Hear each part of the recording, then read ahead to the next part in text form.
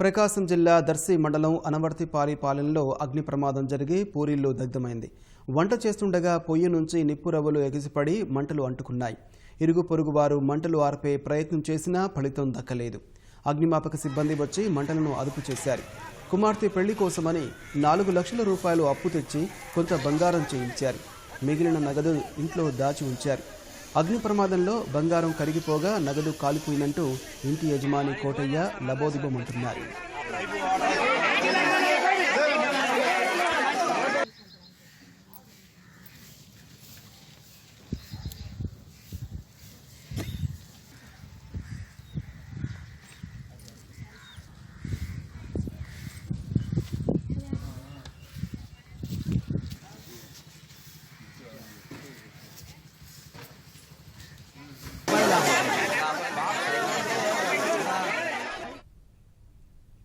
కృష్ణా జిల్లా దర్శి మండలం అనవర్తి వాలి పాలెంలో అగ్ని ప్రమాదం జరిగి పూరీలో దగ్ధమైంది.